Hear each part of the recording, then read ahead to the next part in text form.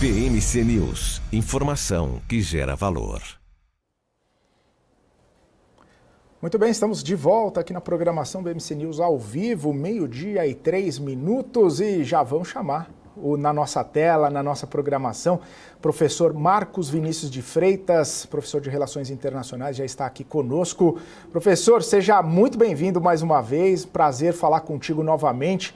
Muito bom dia ou boa noite, já que está na China neste momento. Seja bem-vindo mais uma vez aqui à nossa programação. Não, boa noite, prazer conversar com vocês hoje. Alegria recebê-lo, professor. É um tema importante que a gente está repercutindo bastante aqui, essa reunião da cúpula do G20 e seus desdobramentos. Muita gente tem falado a respeito da ausência de Vladimir Putin, ausência de Xi Jinping e esse esvaziamento por parte dos dois países nessa reunião que acabou gerando comentários. Professor, como que o senhor avalia, primeiramente, o mote da reunião, de uma forma posterior à ausência desses dois líderes na cúpula dos 20 maiores países do mundo? Qual que é a sua visão, professor? Veja, é importante a gente até pensar que isso vem num contexto até de expansão do BRICS algumas semanas atrás, que é uma tentativa de você criar uma governança que seja muito mais inclusiva do ponto de vista internacional. Sem dúvida, você ter uma conversa do ponto de vista econômico sem a China estar presente hoje em dia está fadado a ser uma reunião de menor impacto. Afinal, a maior economia global hoje em dia em termos de paridade de poder de compra é a China, e o crescimento chinês está aos poucos tomando ao seu rumo no que a gente vê. A China exportou, acho que 5 ou 6 milhões de veículos no ano passado, e a economia chinesa sente, claro, recente o impacto da Covid-19, do fato de você ter uma guerra na Ucrânia, mas o fato é de que não se pode não se pode comentar e esperar grandes mudanças na governança global sem efetiva participação da China. Afinal, ela é a máquina propulsora do comércio internacional. Então, muitos dos temas que você tem no G20 necessariamente tende a incluir a China, e a China não estando presente ativamente no processo todo não é algo muito alvissareiro para o próprio futuro do G20, que vem perdendo aí também a sua relevância. Teve aquela importância muito grande nos anos de 2008, quando o G7 de fato não conseguiu segurar a crise global, mas a gente nota também que o G20 vem num processo paulatino de perder aí a sua relevância global. Embora também a Índia esteja organizando e seja um país membro dos BRICS, a própria Índia entendeu que esse processo todo, sem a presença da China, sofre um pouco naquilo que pode ser o alcance da reunião. Agora, professor, bom dia para você. Ainda nesse contexto do G20, a gente tem aí várias economias, vários países, principalmente ali em divisão em assuntos como a guerra na Ucrânia, né? A gente tem aí a Rússia e a China, eles juntas, que estão ausentes nessa cúpula, e tem Estados Unidos, né, que apoiam a Ucrânia, e nisso o Brasil ali no meio disso. Na sua opinião, como é que o Brasil pode servir ali, tanto de mediador, ou até para se posicionar ali, né, Brasil que está nos BRICS também, nesta cúpula do G20, né, Brasil que está, que tenta, né, ser um pacificador e tenta ali estar parceiro dos dois lados, tanto ali de um lado China e Rússia, quanto dos Estados Unidos. Como é que você enxerga essa visão, esse papel do Brasil entre essas guerras? Veja, isso é uma coisa muito importante que eu acho que às vezes a gente perde um pouco de compreensão nisso. O Lord Palmerston, que foi o primeiro-ministro do Reino Unido, certa vez afirmou que na política externa, em relações internacionais, você não tem amigos perenes, inimigos perenes.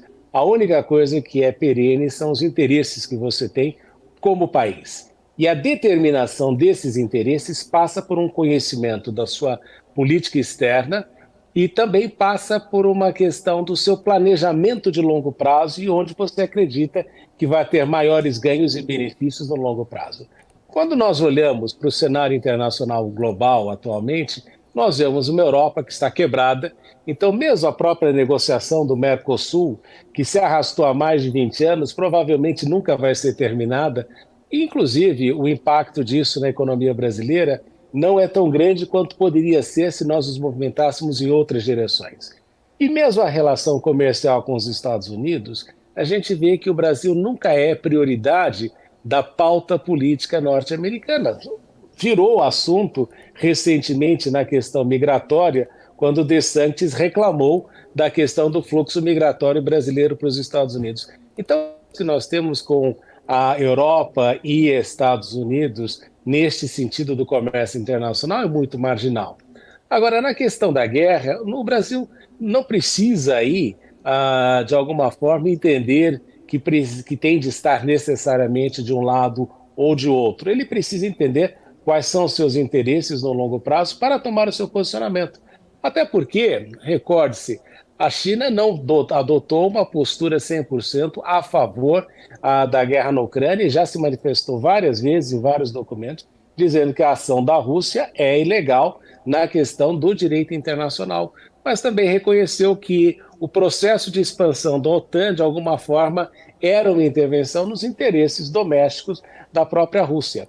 Então você vê que essa é uma situação meio complexa, porque até quando nós olhamos para o Sul Global não tem sido assim o maior apoiador dessa situação na Europa, porque entende que muito dessa guerra se trata muito mais de uma questão de reafirmação de hegemonia do que efetivamente uma preocupação na manutenção de democracias. Afinal, nós já tivemos aí algumas ações no passado feitas pelo Ocidente na Líbia, no Iraque, em outros lugares do mundo, que, sob o pretexto do argumento democrático, criaram aí enormes situações difíceis para esses países conseguirem transpor.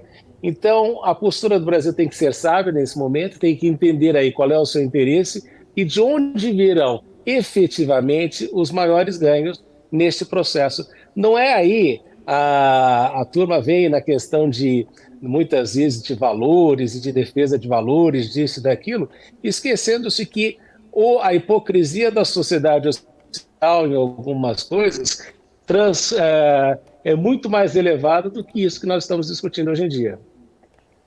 Professor, nesse sentido ainda, né, de papel de algum país em fazer algum tipo de intermediação, queria entender um pouco da sua visão a respeito do papel da Turquia na figura do presidente Erdogan, que se reuniu recentemente com Vladimir Putin e pôde sinalizar que talvez o acordo de grãos pudesse prosperar novamente, pudesse voltar com algumas condições.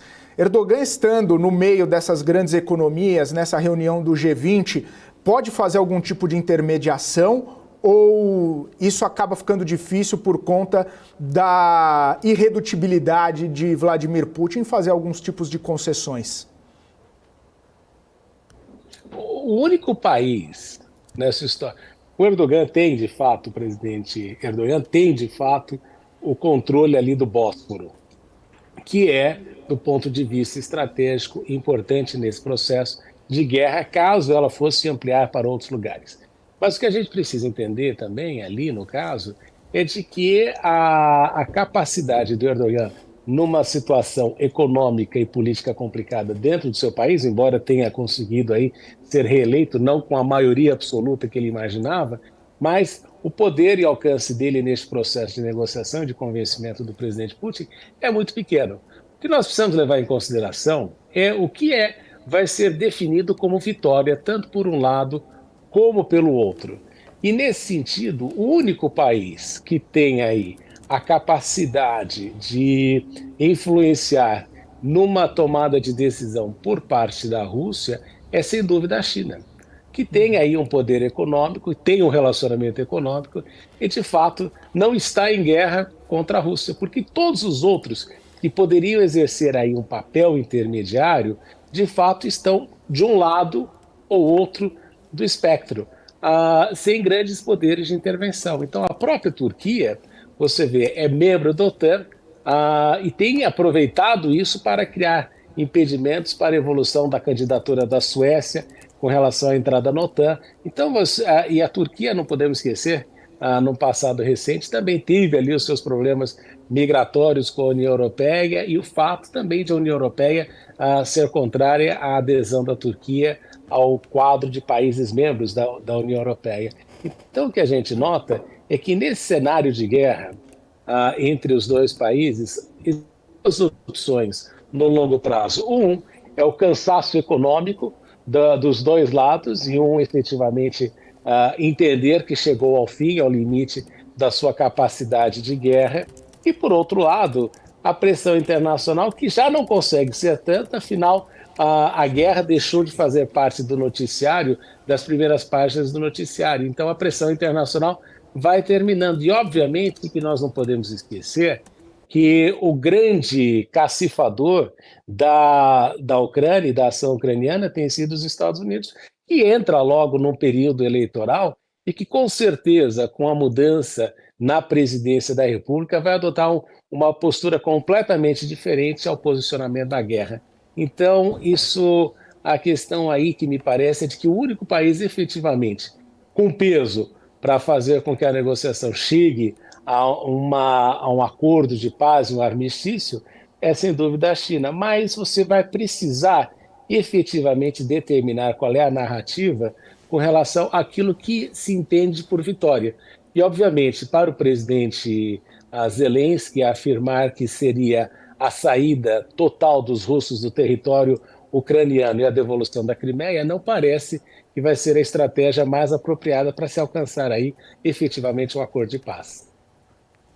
Professor, agora saindo um pouquinho do G20, indo inclusive para o seu artigo dessa semana, Democracia e Prosperidade, a China aí que tem uma vontade de se tornar a maior economia do mundo em pouco tempo, tem a questão, você diz no artigo, que eles conseguiram ali alcançar os anseios de seu povo diferente, comparando aí a outros países até desenvolvidos em relação a atingir seus anseios, ou até como o Brasil também e sua política.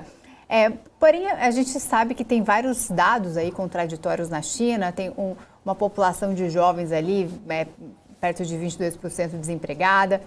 E como é que você faz essa relação de prosperidade e conseguir realmente atingir os anseios ali do povo chinês, com tantos, principalmente agora, né, com essa crise da China ali, vários estímulos estão sendo feitos. Queria entender a sua visão em relação a isso, inclusive colocar aqui o Van Dijk na nossa conversa, para depois ouvir a opinião dele também. Olha, Isa, eu achei muito interessante que muita gente tem falado da questão do desemprego de jovens na China, mas o pessoal parece que não vê o resto da questão do desemprego de jovens no mundo inteiro, na Espanha, até mesmo no Brasil, hein? Então, claro que vai falar da questão do desemprego na China, porque efetivamente se tornou aí uma coisa muito corrente as pessoas ficarem criticando o processo de crescimento chinês. Mas eu sempre falo o seguinte: quem critica a China é porque não conhece o desenvolvimento chinês nos últimos anos e não tem sido capaz de testemunhar aquilo que tem acontecido. Mas veja por um lado importante aí a questão desse crescimento global chinês. 6 mil empresas chinesas estão investindo nos países da ASEAN. Houve ali um ganho no comércio de quase $1 trilhão nesse processo todo. Então, o que a gente nota é que, embora nós falemos muito no Ocidente de que se tem a impressão de que a China está colapsando, coisa parecida, a impressão que você tem quando se observa a realidade dos números e a realidade do país, a gente nota que a situação é muito diferente. Hoje, por exemplo, eu participei de um seminário justamente sobre a questão de arbitragem dentro do BRICS e como os chineses veem a questão da arbitragem como sendo uma mola importante para investimento nos países dos BRICS. E nós estávamos falando aí da questão de bilhões de dólares de investimento chinês dentro dos países do BRICS.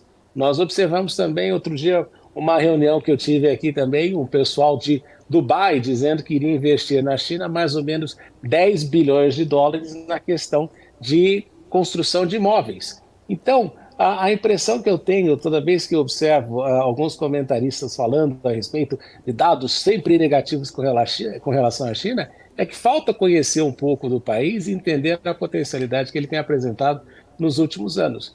E uma das críticas que é sempre recorrente é de que a situação da China é muito complexa, que está passando por enormes dificuldades, e obviamente, claro que está passando pelas dificuldades inerentes a 3 anos de pandemia, que foram extremamente prejudiciais para o país, porque foi prejudicial para o mundo inteiro também. E aquilo que se esperava que fosse uma recuperação em V, de repente passou para U e hoje virou L, né? Porque nós temos aí uma guerra na Ucrânia que, de alguma forma, criou aí problemas no consumo em outras partes do mundo, particularmente na Europa, que sempre foi um parceiro importante da China. E veja, nesse aspecto aqui, a União Europeia sempre foi, por um bom período, o maior parceiro comercial da China. Nos últimos 2 anos, perdeu essa posição justamente para a Associação dos Países Asiáticos. Então você vê que existem várias mudanças acontecendo nesse processo todo, e não é aquela coisa estanque, você achar que a China é um grande navio que eventualmente está descontrolado. Isso é quando a gente não entende muito bem esse processo da economia internacional e a ascensão da China como principal parceiro comercial de mais de 140 países e territórios. É por isso que eu digo, a coisa que o Brasil devia fazer nesse contexto todo é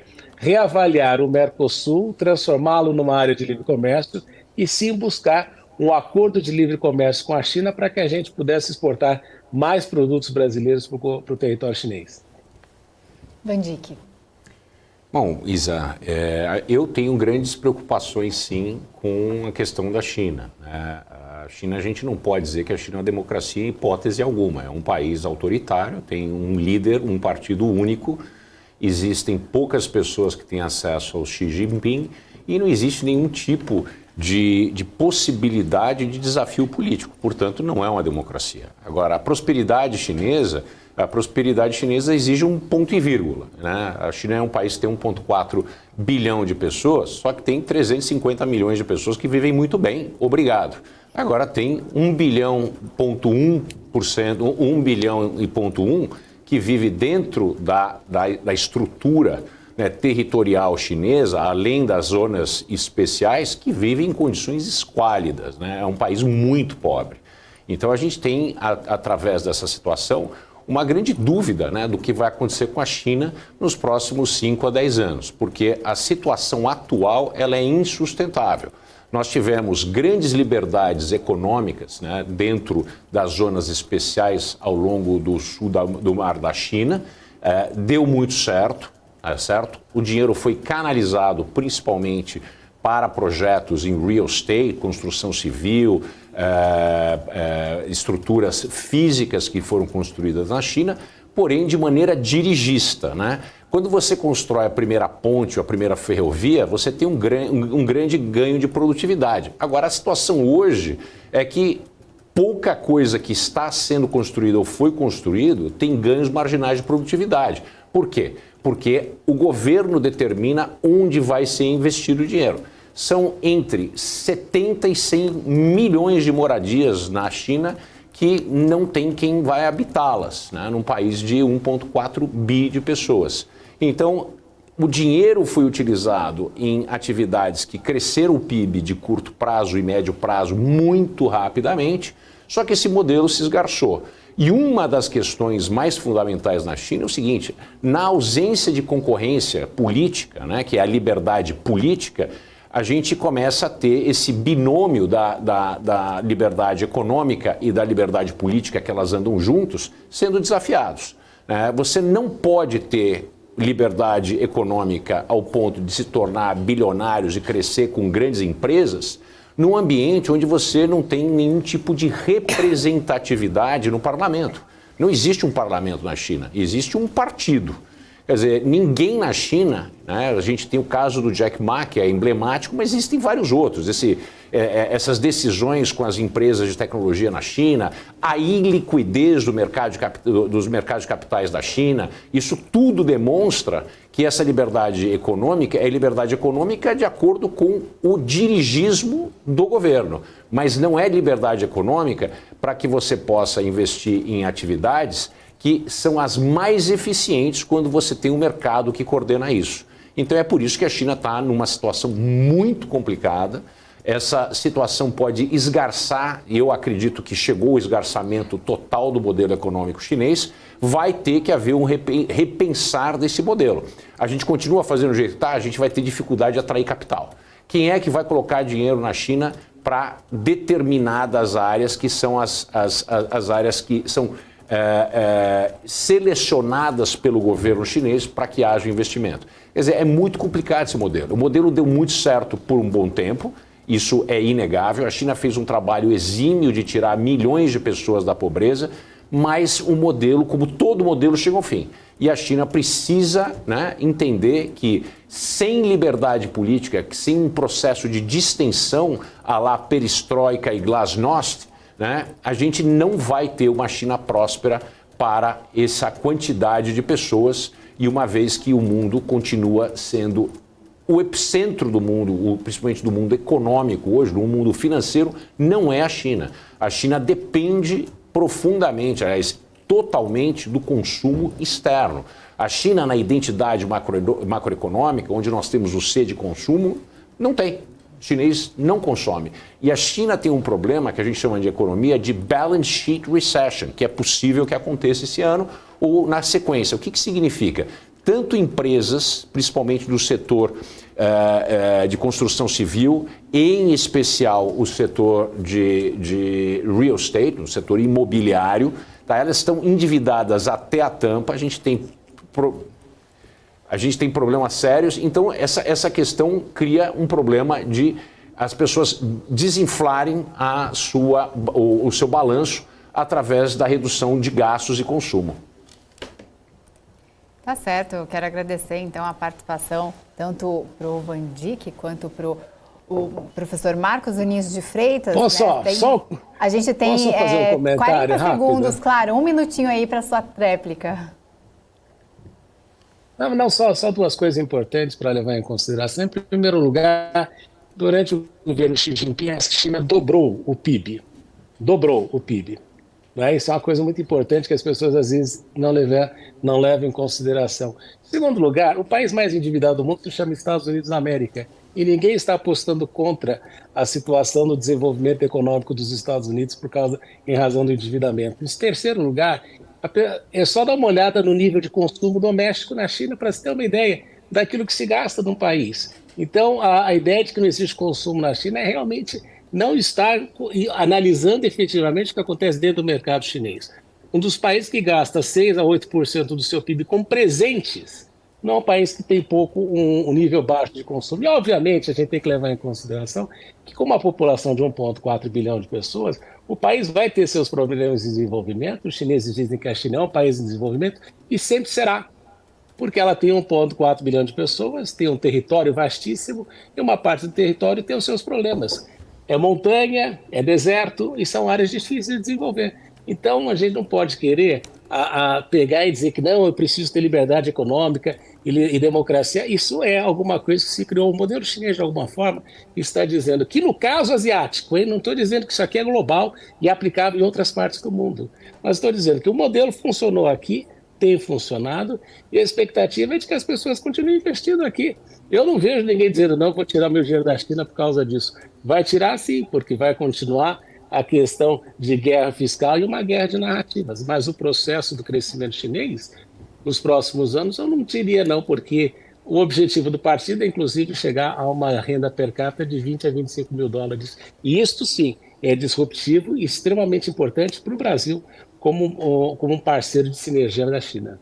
Tá certo, muito obrigada, professor, pela sua participação mais uma vez. Professor Marcos Vinícius de Freitas, professor de Relações Internacionais, bom final de semana para você. Até a próxima.